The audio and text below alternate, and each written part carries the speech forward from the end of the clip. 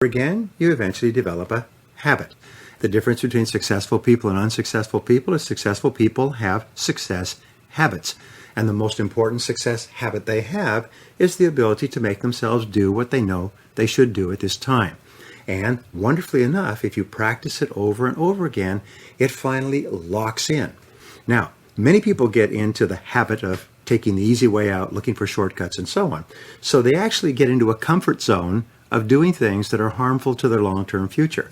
And they actually feel uncomfortable completing tasks or starting on their most important jobs. However, when you get into a new comfort zone, it will be easier for you to practice the habit of self-discipline than it would be in the past for you to take the shortcut. Goethe, the German philosopher, once said that everything is hard before it's easy. Everything is hard before it's easy. So developing the habit of self-discipline is hard. And be patient with yourself, because you slip back all the time. All your life, you'll be slipping back. All your life, you have to fight this battle. You never get it to the point where it's locked in forever. Every morning you get up and that alarm goes off and you say, do I sleep a little longer or do I get up?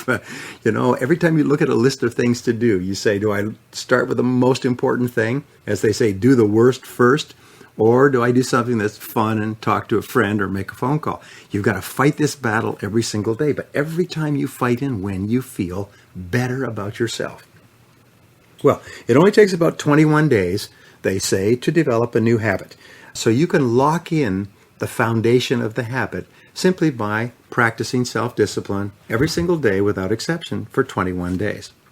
Now, some years ago, a businessman named Herbert Gray did a long-time study. It was kind of his project to find out what he called the common denominator of success.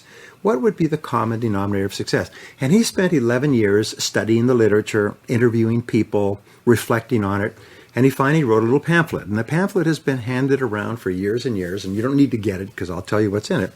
He said the common denominator of success was quite simple. He said successful people, he found, make a habit of doing what unsuccessful people don't like to do. And of course, the logical question is, well, what is it that unsuccessful people don't like to do? Well, it turned out to be the same thing that successful people don't like to do either, but they do it anyway because they recognize that that's the price of success. A simple thing like exercising, going for a run or a walk at the end of the day. Well, do people like to do this? Do we look forward to exertion and perspiration and sweating and straining and everything else? No, we don't look forward to it, but we do it because we recognize that this is the price of looking and feeling fit, trim, living a long life, taking good care of our bodies, and so on. So remember, the same things that unsuccessful people don't like to do are things you don't like to do either.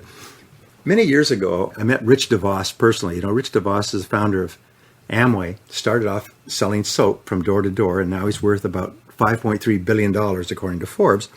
And he was asked a question. He said, well, how do you get over the fact that it's hard to prospect, it's hard to recruit, it's hard to build a business, it's hard to come home after work and work on building your business? He said, you just have to understand this. There's lots of things in life that you don't like to do. And you'll never like to do them. There's lots of hard things that contain stress, and they contain rejection and potential failure and hard work and so on. He said, but you do them because you want to do the other things. And it is only by doing the things that you don't want to do that you can finally create the opportunity to do all the things that you want to do for yourself and your family. And again, it comes back to our favorite word, sacrifice. Being willing to pay the price in the present to enjoy the great rewards in the future. Now, there are 9 disciplines that you can develop that we'll talk about today. There are 9 disciplines that you can develop that will improve every area of your life. And here's a rule. Every exercise of discipline in any area strengthens disciplines in every other area. Just as if you work out with your full body, that strengthens all your muscles, your heart, your lungs, and so on. Every weakness in discipline also weakens your other disciplines as well. So every time you exert yourself to discipline yourself, to make yourself do something, to control and master your natural tendency to seek the line of least resistance, every time you master that tendency, you feel stronger and better, and you strengthen your ability to discipline yourself in other areas as well. So the first discipline of all is the discipline of clear thinking versus fuzzy thinking. Sometimes you've heard me ask, what is the highest paid work in America? What's the most important work in any job or any company? And the answer is thinking. And you know the old saying that some people think they think, and the great majority would rather die than think. But the discipline of clear thinking is the most important because the way you think, the quality of your thinking determines the quality of your decisions and choices. Your decisions and choices determine the actions you take. The actions you take determine your results. Your results determine the quality of your life. And it all starts with your thinking clearly. Thomas Edison once said that thinking is the hardest discipline of all. It requires real effort to think because, especially today, we are so surrounded with distractions. I'm always amazed when I go down the street or fly or drive as people seem totally immersed in listening to things. They've got devices in their ears and stuff on their cell phone, and they're listening to music in their car, and they're watching television. They simply cannot stop bombarding their mind with sensory input. And of course, when you're doing that, it is impossible for you to think well. To think well requires that you practice a couple of techniques. Now, first of all, as Peter Drucker said, you need to take time to think. You need to create long, unbroken chunks of time. The rule is that fast decisions are usually wrong decisions. Especially fast decisions involving people or money are usually wrong decisions. So if you're going to make a decision that has long-term consequences, then you have to give it a lot of thought. You have to sort of look at it like a beautiful piece of porcelain. You look at it from every single side and think about it carefully. And the more carefully you think about a decision, the better the quality of that decision will be when you finally make it. How many times have you said, if I just thought about that a little bit more, I wouldn't have done it? Or if I just thought a bit better, or I just taken time to think? Well, superior people, through experience and through painful experience, learn to take their time in making important decisions. So one of the very best ways that you can develop the discipline of clear thinking is to sit in solitude for 30 to 60 minutes when you have a major problem or a major issue in your life. Solitude has been discovered and rediscovered throughout all the history of man as the most powerful of all thinking tools. You see, if you can imagine a bucket of water with silt in it, and it's all churned up and you can't see anything, but if you leave the bucket of water to sit for a while, all the silt will drop to the bottom and the water will become perfectly clear. This is what happens for you in solitude. If you sit calmly by yourself with no noise, no distractions, nothing to read, just sit quietly, which takes tremendous discipline the first few times you do it, at about 25 or 26 minutes your mind goes clear. And any problem that you've been working on, the solution just pops into your mind. Any issue that you've been dealing with, the answer just comes to you. It's almost like a miracle. When you practice solitude, you actually activate your superconscious mind and your intuition. And something that you've been having trouble with or wrestling with suddenly becomes clear and you know exactly what to do. Now here's the wonderful thing about solitude. Everybody who practices it will tell you it's incredible. And if you've never done it before, just practice it once. Sometime today, take 25, 30 minutes, take an hour if you can, and just sit quietly by yourself and allow your mind to calm. Sometimes it's called mind calming. And just allow yourself to calm down and think. And the most amazing things will happen. You'll start to make better decisions. You'll start to hear what is called the still small voice within. And this still small voice sometimes will shout at you so loudly, you will be amazed. Now here's another way to think better. When you're dealing with any kind of a situation, write down every detail of the problem or situation. Take a sheet of paper, and the rule is think on paper, and write down every detail. How it happened, what's going on, the problems, the concerns, the cost, who's involved. Just write it down. And the most amazing thing happens between the head and the hand. As you're writing out all the details, sometimes exactly the right choice pops out at you. It becomes clear, but you would not have triggered that superconscious solution if you hadn't taken the time to think on paper. Aristotle once said that wisdom, which is the greatest of all human desires, wisdom is the ability to make good decisions, is a combination of experience plus reflection. Experience plus reflection. In other words, you have an experience and then you reflect on the experience and you think about, what does that experience mean to me? How can I use that? What can I learn from it? So reflecting on your experiences, and the best way to do that is to go for a walk. Just going for a walk where you can't listen to anything, don't take an iPod or anything, just go for a walk, 30 or 60 minutes, and just walk. And while you're talking and reflecting upon something that's going on at work or at home, you'll be amazed at the quality of ideas that will come into your mind. To improve your thinking, talk it over with someone else who you like and trust, and give them the details and ask them to give you their feedback, give you their perspective. Sometimes, especially if you're in a great relationship, the other person can give you a perspective that completely changes your ideas. A good way to think better is to ask, especially if you're frustrated or having difficulties, to ask, what are my assumptions? What am I assuming about this situation that may not be correct? Often with businesses that are in trouble, we say, what is your major assumption? Well, the major assumption is that there is a large market for our product that we're not tapping. Well, could it be that there's not much of a market for your product? Could it be that there's better products at lower prices in the marketplace? Could it be that customer tastes have changed or not what you thought? And this is a hard thing for businesses to accept, that 80% of whatever products or services you're offering will become obsolete sooner or later, and maybe it's happened sooner. So then ask yourself, what if your assumptions were wrong? What if my basic assumptions about this relationship, about this job, about this product or service or this investment, what if my assumptions were wrong? Then what would I do? And here's the key to good thinking. Be open to doing something completely different. Be open to admitting the possibility that you could be wrong and doing something completely different. And what that does is it opens up your mind and your perspective so you can see all kinds of possibilities that you may not have seen before. So clear thinking is the first discipline, and it is the discipline practiced by the most successful, happiest, and wealthiest people in our society. Now, the second major discipline, my old friend, is the discipline of daily goal setting. The discipline of daily goal setting will change your life. You know, in my one-year Focal Point Advanced Coaching and Mentoring programs, what we do is we say that you will double your income and double your time off within 12 months. And we teach about 50 tools over the course of the year that people can use in all parts of their life. And one of the tools is daily goal setting. And the interesting thing is that everybody who doubles their income and doubles their time off said it was the daily goal setting that did it. Everything else was helpful, but that daily goal setting just revolutionized my life. Why? Well, we know that focus and concentration are essential to success. There are some skills that are helpful to success, but focus and concentration are indispensable. If you cannot focus and you cannot concentrate, then you have to work for someone else who will make you focus and concentrate, who will supervise you.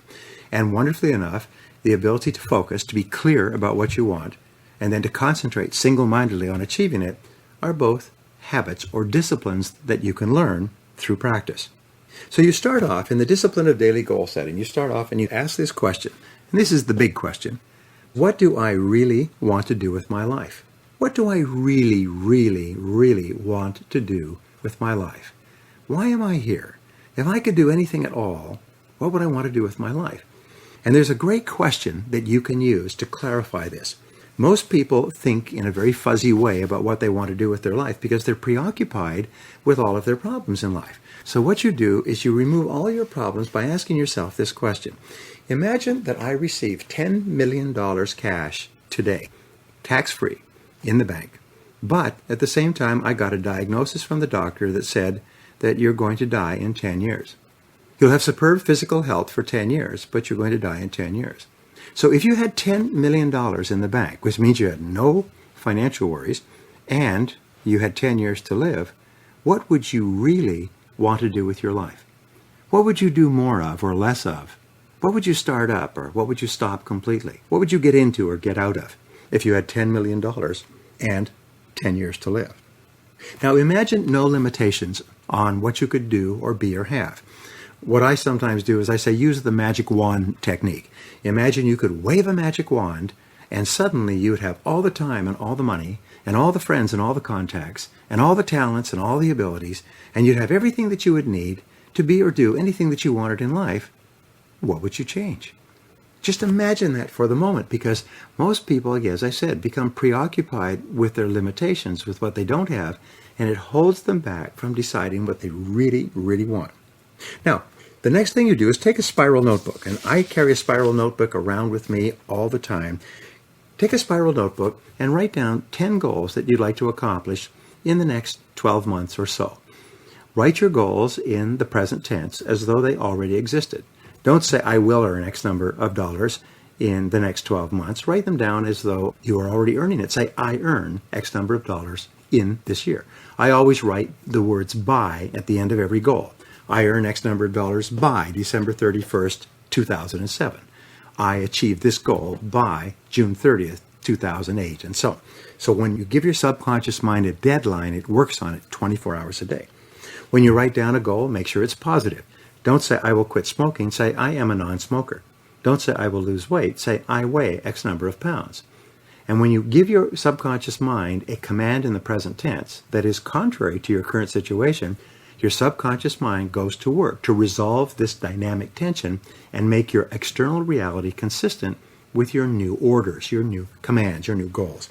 And finally, always write your goals in the personal tense. Use the word I, because only you in the whole universe can use the word I relative to yourself. You use the word I. You say, I earn, I drive, I achieve, I acquire, I accumulate, I live in. In other words, always follow the word I plus an action verb. Then you take a spiral notebook and you write down at least 10 goals. You can work on 10 to 15 goals at a time, but never less than 10. Your subconscious and superconscious minds have incredible power, so give them lots of stuff to work on. And then what you do is every single day you write down and rewrite your goals. Every single day you take out your spiral notebook and write down your goals once more. And I get out every morning before I start off, I plan my day, and then I write out my 10 goals. Sometimes I'll write out plans and I'll write out what I did yesterday, what I plan to do, and so on. Sometimes I'll write down spiritual reminders. But every single day before you start off, just like a ship's captain used to go and shoot the sun and the moon to determine where the ship was in the Earth's surface, every morning before you start out, you reprogram your subconscious mind and then start your day. My promise to you is this. If you will do this for 1 month, actually 21 days is good enough, your whole life will change. You'll see changes that are astonishing. People come up to me at every single seminar and say, it was incredible. I started to write my goals every day. I accomplished 8 of them in 6 months. I accomplished 5 in a week. I accomplished most of them within 12 months.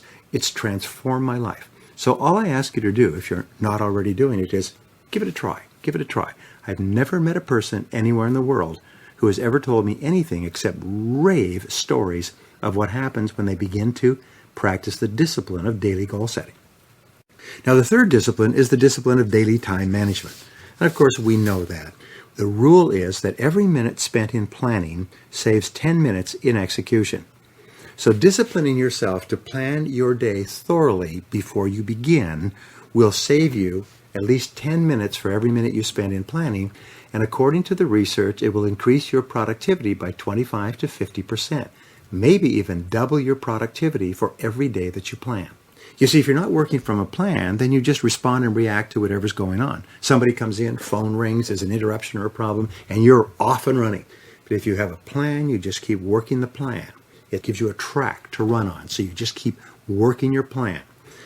Begin the discipline of daily time management by making a list. Start off with a sheet of paper, again, think on paper, and write down everything you have to do in the course of the day. The very best time to make this list is the night before. If you do this, then your subconscious mind works on your plan all night long. And you often wake up in the morning with great ideas to implement your plan. Once you have a list, and before you do anything else during the day, when it comes up, someone says you should phone so-and-so, write it down. Don't do it unless it's written down. Respond to a call, write it down. Open your mail, write it down. There's something about writing it down before you begin that gives you control over your time and your life. Then you organize your list by priority before you begin. You don't just jump into it. Use the 80-20 rule that says that 20% of the items on your list will account for 80% of the value. Which are the most valuable? Use the ABCDE method of time management, which is based on considering the consequences of doing or not doing what's on your list. An A task is something that you must do. It has serious consequences if you do it or don't do it. Meeting with your boss, getting out a proposal, visiting with a client, and so on. A B task is something that you should do, but it only has mild consequences. Check your email, read the correspondence, ask somebody a question. You should do it, but the consequences are mild. A C activity is something that's nice to do. Go for lunch, call home, read the paper, but it has no consequences. It does not help you at all in your life. And the rule is this: never do a B task when you have an A task left undone. Never do a C task when you have a B task left undone. Discipline yourself not to do things that are of low value. That's one of the greatest of all disciplines for success in life. Now, in the ABCDE method, D stands for delegate. And what you do is you delegate everything you can possibly think of that somebody else can do. Don't do it just because you can do it. If it can be delegated, do it. And E is eliminate. And the rule in time management is you have to think of the things that you're not going to do as well as the things that you are going to do. And you have to think of the things that you can eliminate every day so you have more time to do the things that only you can do that have serious consequences. So once you have your list, you go down and you take all the A items and you list them. A1, most important, A2, A3, and so on. Then you do B1, B2, B3. You make your not to-do list, like stroking out the things that you don't have to do today. And the rule is, if it does not have to be done, it has to not be done. And then you start on your A1 task, the most important thing, and you start on it first thing in the morning. This is the hardest of all disciplines to learn. It's the essence of my teaching worldwide. It is the key to supercharging the quality of your life and your results. And then you discipline yourself to concentrate single-mindedly on your A1 task until it is 100% complete. If you can start every morning with a list organized by priority and start on your number one task and stay with it till it's done, you will supercharge your life. You will release endorphins in your brain that causes you to feel great. You will motivate yourself and energize yourself and propel yourself into all your other tasks. You'll get twice as much done on any day where you start and complete your major task first thing than on any other day. The discipline of time management will then spread to all your other disciplines. When you can demonstrate each morning that you have the self-control, self-mastery, self-discipline to start and complete your most important task, you just feel fabulous about yourself. Now, the fourth discipline is the discipline of courage. And that goes back to what we said earlier. Force yourself to do what you know you should do, especially in the area of courage. The biggest obstacle to success, in my estimation, the estimation of the psychologist, is the fear of failure. It's the fear that it won't work out. It's the fear of loss of time or money or emotion. It's fear that goes back to early childhood. And the only way we can succeed is by overcoming this fear. And this fear is captured in the words, I can't. I can't. What about this? What about that? What about this? Fully 80% of the population is paralyzed by the fear of making a mistake. And why? Because in growing up, you make lots of mistakes and didn't like the feel of it. So eventually you become conditioned to avoid taking any risk at all. So you have to overcome this in order to realize your potential. But what we know is that courage, the courage to face fears, is a habit, and it's developed with practice. Just like typing with a typewriter or riding a bicycle, you can actually develop the habit of courage by practicing courage whenever courage is required. Aristotle wrote about this in his Nicomachean Ethics in 350 BC. He said, if you desire to have a quality that you don't have, act in every instance where the quality is called for as though you already had it, and you will have it. So, as Ralph Waldo Emerson said, do the thing you fear, and the death of fear is certain. What he said was to confront your fears. Now, the natural human tendency, remember we talked about the path of least resistance being the big enemy? The natural human tendency is to avoid a fear-causing or fear-inducing situation. Most of our fear problems seem to be bundled up with other people, by the way. It's confronting a boss. It's confronting a bad relationship. Sometimes it's confronting a prospect, cold calling, going out and calling on customers and facing rejection and failure and embarrassment and so on. But confronting that fear, instead of avoiding it, just do it. You know, I'm very proud of my son, Michael. I just have to tell you as an aside. He came to me, he just finished college, graduated, and he said, Dad, what should I do? I want to go to work for a company and get a training program and get on the payroll. I said, you know what you should do is you should go out and cold call, which is a real shock to him because Michael's a cool guy, nice guy, not aggressive or loud or outspoken. He said, how do you mean? I said, I have some contacts in the cold calling industry. I will get you a job in cold calling. And what you'll have to do is you'll have to go out and get pounded every single day. You'll have to get rejected, have people slam the door in your face, have people shout at you, swear at you. You'll have to do it every single day. But if you do it and you get over it, you will reach the point where nothing will stop you for the rest of your life. And he took my advice. He got a job cold calling, selling door to door. He's now making 15 sales a week, which is about $1,500. He's 24. Translate that into $6,000 per month within the first 30 days. And the most incredible thing is this, is he's not afraid anymore. He was really shy. He said it was a real pound. It was a terrible thing the first couple of weeks he was doing it. I mean, to take that kind of rudeness and abuse from people, he said, but after that, he just smiles and just keeps on going. So what he did is he learned to confront a major fear. And everyone who has ever done cold calling, I know many of you have, knows that afterwards you can face anything. Afterwards you're okay. Because what you do is you smash the fear and it's gone forever. You're not afraid anymore. So the reason you want to confront your fears is not because of the incident specifically. It's because of what it does for your character. You want to demonstrate to yourself that you can face down a fear and look it square in the eye, and suddenly, surprise, surprise, it goes away. And you realize that the fear was in your own mind. Now here's the most wonderful thing about overcoming fears. If the fear of failure is summarized with the feeling, I can't. Psychologists have found you can actually short circuit or override the fear by saying to yourself very strongly, I can do it. I can do it. I can do it. I can do it. I can do it. So whenever you're afraid of anything, talking to somebody, confronting someone, dealing with something, say to yourself over and over again, I can do it. I can do it. I can do it. And then just do it. And you'll be amazed the fear disappears. It's almost like, poof, it's gone. So the key is you're looking at that telephone, to pick up the phone, to cold call, to prospect. Just say to yourself, I can do it, I can do it, I can do it, and pick it up and dial. And suddenly the fear disappears. And you do this repeatedly, and eventually you develop the habit of courage. So here's an exercise for you. Identify one fear situation in your life today and use that as your challenge. Use that as your test case. You say, you know what I'm going to do? I'm going to face this fear down. I'm going to hammer it. I'm going to smash it. I'm going to look it right in the eye. I'm going to deal with it direct, head on, like a car hitting a wall until the fear is gone. And once you've done that, you'll look up and you'll be a different person. For the rest of your life, you'll know that nothing that you're afraid of can stop you. Now, the fifth discipline is the discipline of excellent health habits. Your goal should be to live to be 100 in sound physical health. Today, the average lifespan in America is approaching 80, which means 50% of people will die above that and 50% of people will die below. Since you are smarter than the average, you're more knowledgeable, you're better informed, you're probably going to smash that average and live to be 90, 95, 100 years old. So set 100 as your goal and say to yourself, okay, I want to live to be 100 in great shape. What would I have to do? What kind of shape would I have to be in? What kind of life would I have to live physically in order to get there? So first of all, design your ideal body.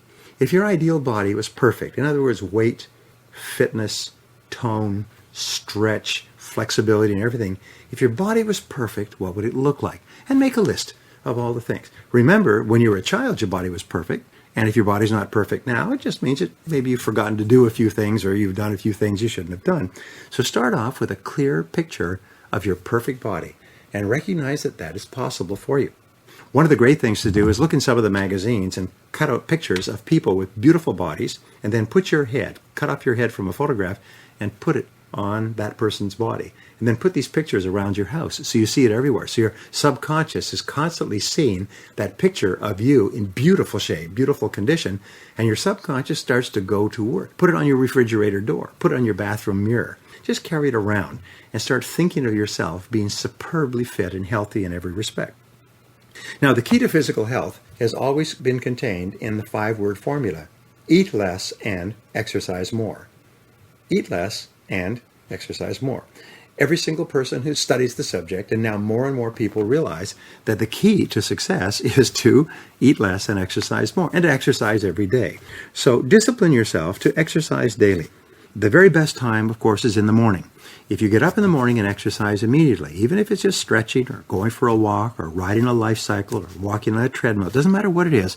If you get up in the morning and exercise immediately, not only will your body continue to burn calories all day, not only will you be more alert because you'll have highly oxygenated blood flooding your brain first thing in the morning, but you'll develop the discipline of starting on something that you would normally not want to do and getting it done, getting it out of the way. The more times I read about wealthy people, successful people, top business people, it's amazing how many of them get up at 5 o'clock and work out for an hour. It's absolutely astonishing. Over and over again, you see their daily routine is they get up at 5 or 5:30 and they work out for an hour before they start planning and organizing their day. If you can discipline yourself to do that, it have an enormous impact on your life.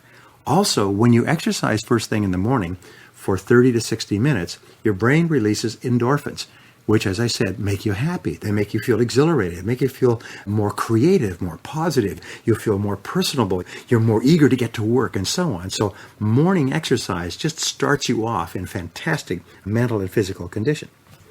Now, to get rid of any extra weight that you might have, just eliminate the 3 white poisons. The 3 white poisons are anything that has flour in it, white flour, wheat flour, any kind of flour, makes you overweight. It sticks to your gut, to your hips, and to your thighs. Eliminate sugar and any sugar products. Eliminate desserts, eliminate donuts, eliminate soft drinks. Don't eat things with sugar in it, and eliminate salt. Don't put any salt on your food. There's plenty of salt in everything you do. I ran into a friend of mine recently who lost 20 pounds. I looked at him. He was just swaying. I mean, his suit jacket was swaying back and forth like a tent on a tent peg in the wind. I said, geez, I said, you've lost a lot of weight. I said, how did you do it? He said, I tried everything. I exercised. He said, I walked. I tried everything. He said, I finally stopped eating anything white. I stopped eating flour, foods, sugar, and salt. He said, dropped 22 pounds in 60 days. Never came back. And I've had people tell me that all over the world. So if you can discipline yourself to only eat fruits, vegetables, and proteins, no pasta, no bread, no rolls, no cakes, no desserts, no Cokes, no colas, and no salt. If you can just do that, you'll see yourself losing weight from the first day. Some people will lose 3 or 4 pounds in the first week that they stop adding salt to anything. And then, of course, drink lots of water. Drink 8 glasses of water a day, and what that does is it washes all the impurities out of your system. Very simple process. Eat more salads. And here's a real kicker. Eat before 6 p.m. at night. Eat salad, eat light, and eat before 6 p.m. Everything you eat after 6 p.m., you accumulate. Everything you eat before 6 p.m. burns up before you go to bed. Don't eat within 3 hours of going to bed. Just eat a light or medium light at dinner, salad with a little bit of protein, before 6 p.m. or at 6 p.m., and you'll be astonished. The next morning, you'll be thinner. It's absolutely remarkable. 2 more things, by the way, with regard to health. First of all, get regular medical and dental checkups. People often don't go to the dentist or the doctor until they need to. I found that it's false economy. Especially if you're over 40, you should have a complete medical every single year. And you should have regular dental checkups at least twice a year. If you're in business of any kind, you should have 4 visits to the orthodontist to clean your teeth every single year so that your teeth are really clean.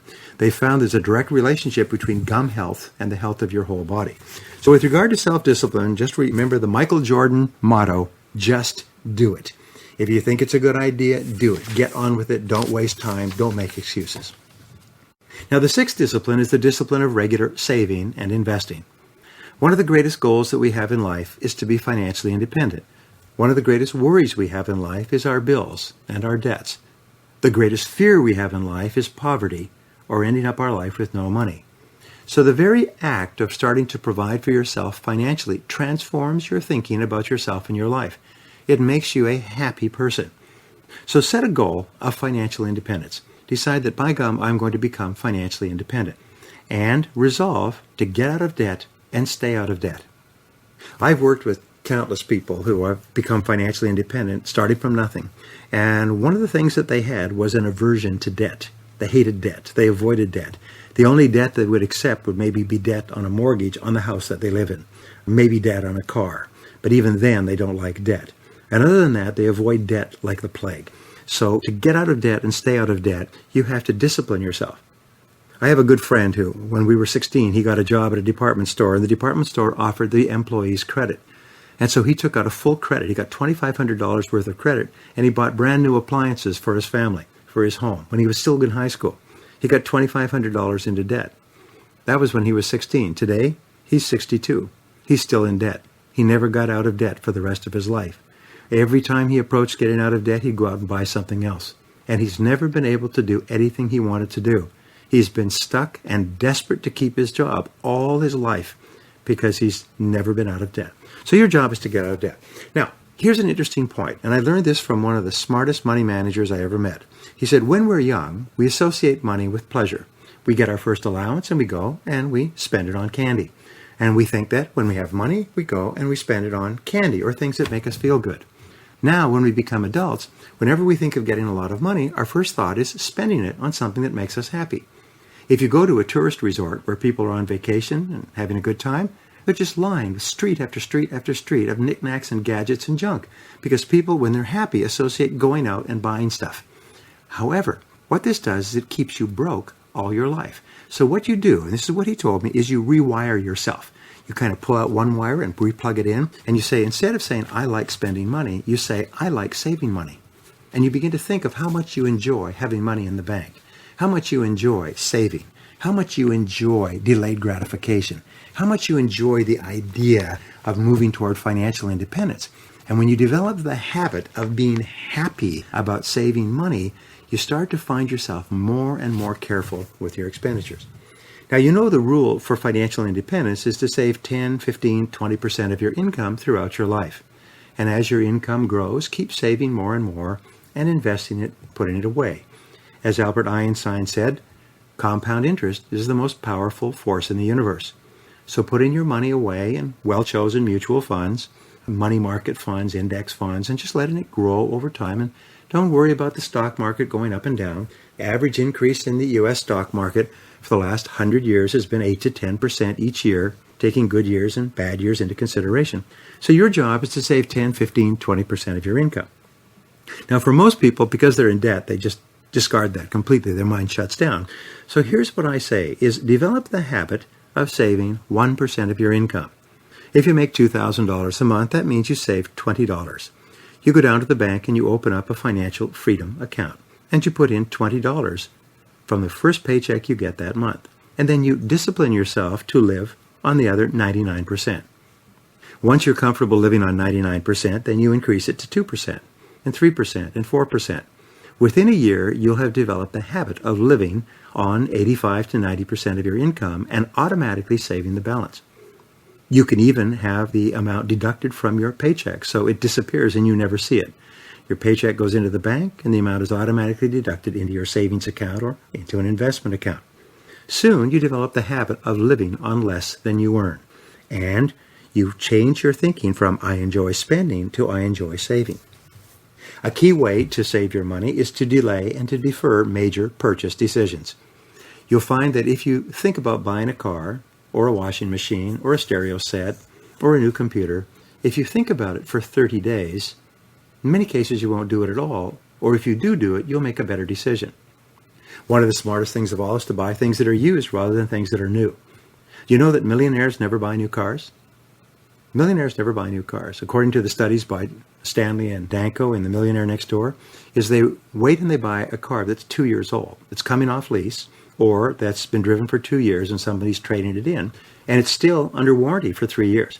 And you can even get extended warranties on many cars where they'll go back and clean it all up and give you another 5 years on a 2-year-old car. But what have you done? You save $10,000 or $20,000 on a car, and what do you do with that money? You put it away and let it grow with compound interest.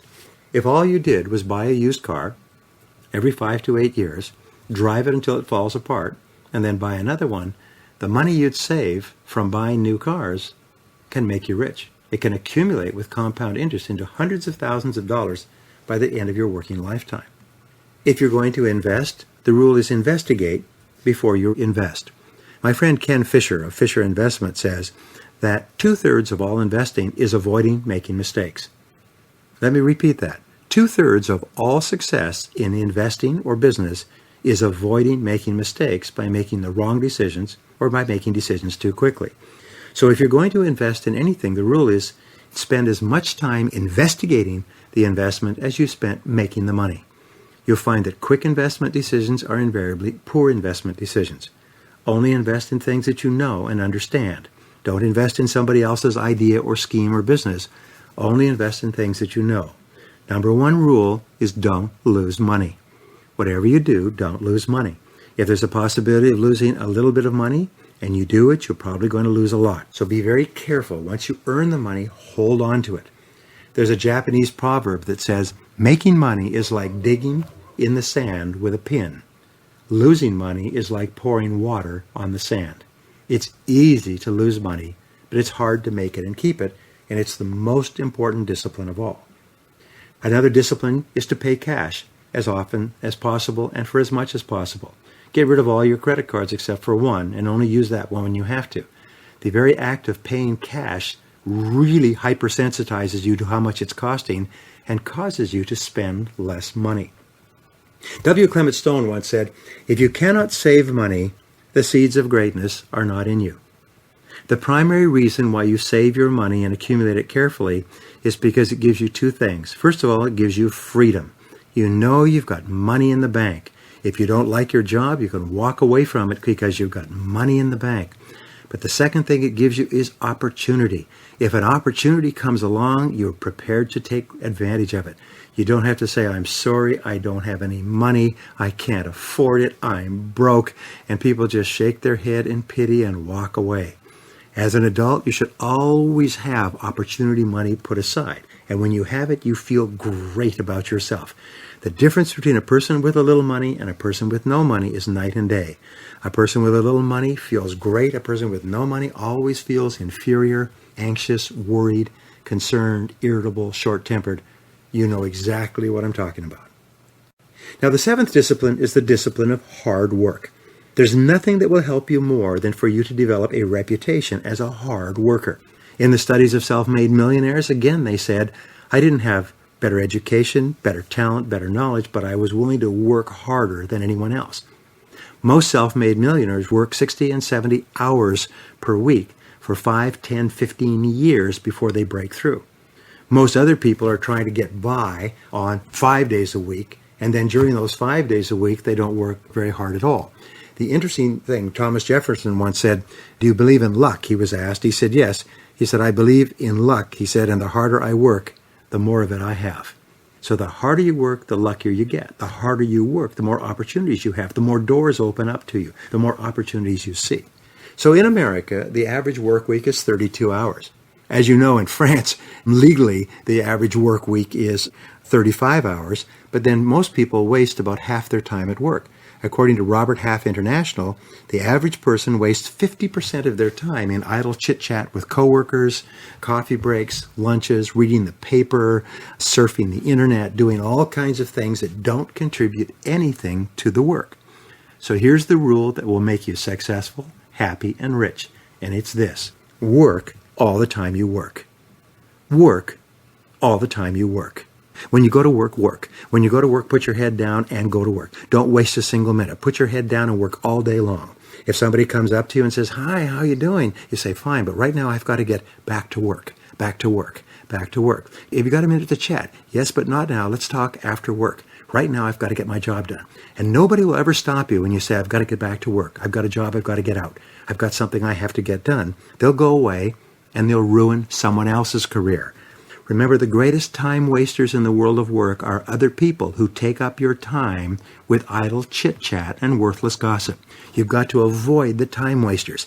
In every single company, these people go around and they're like a virus. They go around and they infect everybody they talk to. Stay away from time wasters. Now, here's a way to double your productivity, performance, output, and income. Here's a way to put yourself on the fast track, increase your income, and become one of the most valuable people in your industry. It's very simple. Start 1 hour earlier. And when you start, get to work. If the starting time in your company is 8:30, start at 7:30 or 7.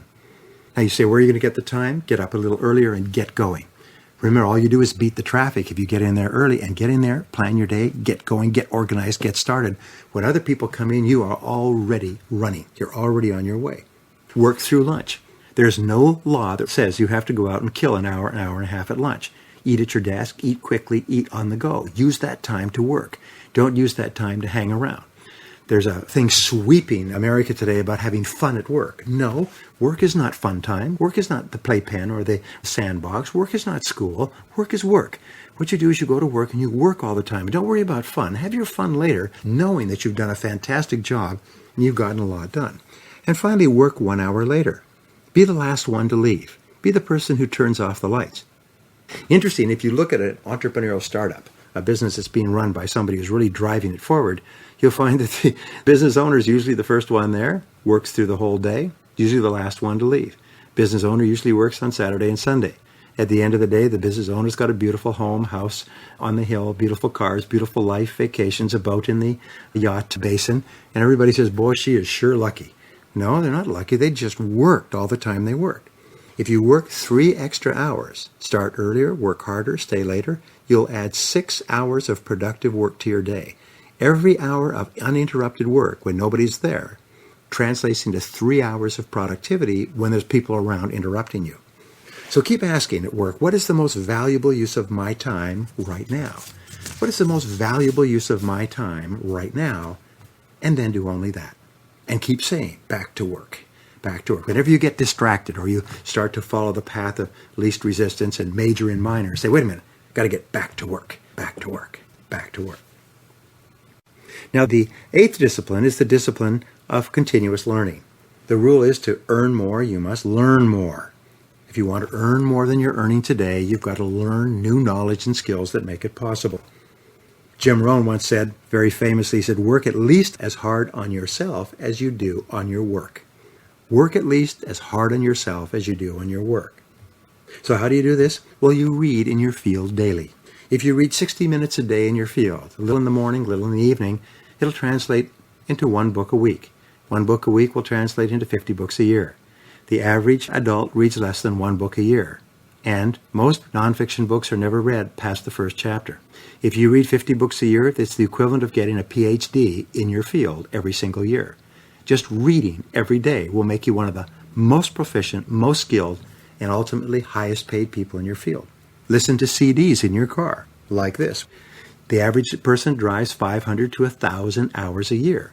That's the equivalent of 3 to 6 months, a 40-hour week. That's the equivalent of 1 to 2 full-time university semesters. Just listening to educational CDs in your car will make you one of the best informed people in your field. And finally, in continuous learning, attend seminars, take courses, take structured courses given by experts, given by authorities. You can learn more in a half day or a day from an expert than you might learn on your own in years. I've had many people walk out of my courses with 1 new idea and increase their income 5 times within 30 days.